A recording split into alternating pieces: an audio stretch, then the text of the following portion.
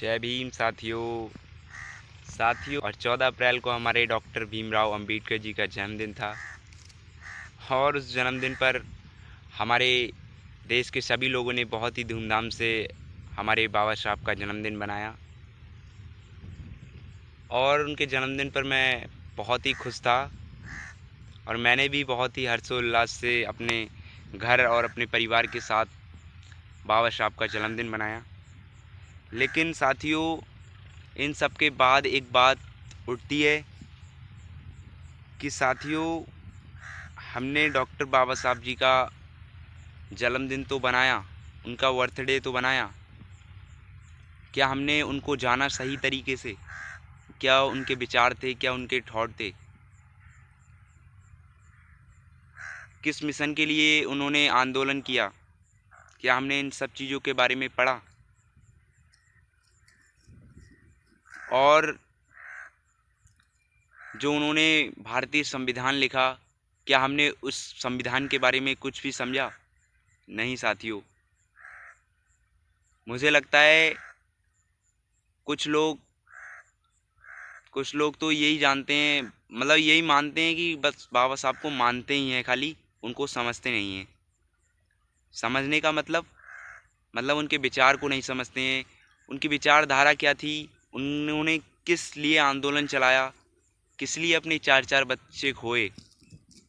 अगर वो इस चीज़ को समझें तो मुझे लगता है ये बहुत ही बढ़िया रहेगा। अगर आपसे कोई पूछेगा कि भाई डॉक्टर बाबा साहब ने कितना क्या संघर्ष किया, क्या उनके एल्गोरिथम, क्या मतलब उनके बारे में अगर कोई भी कुछ पूछने लगे तो क्या आप जवाब दोगे? मेरा ये कहने का मतलब है।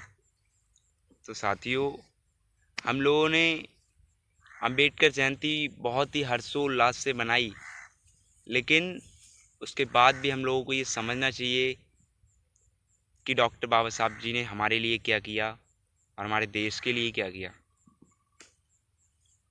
अंबेडकर जयंती आप लोगों ने ये सब काम बहुत ही अच्छा किया, लेकिन आपको ये भी याद रखना चाहिए कि जो बाबा साहब ने हमारे लिए इतना प्यारा संविधान बनाया है, उस चीज़ को भी आप पढ़िए।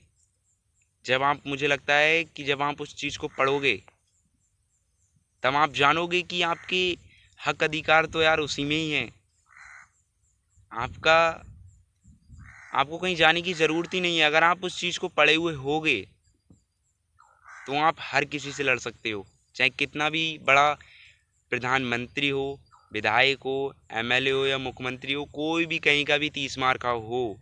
अगर आप संविधान को पढ़े हुए होगे तो आप किसी भी इंसान से लड़ सकते हो अपने हक अधिकार के लिए। समझिए इस बात को।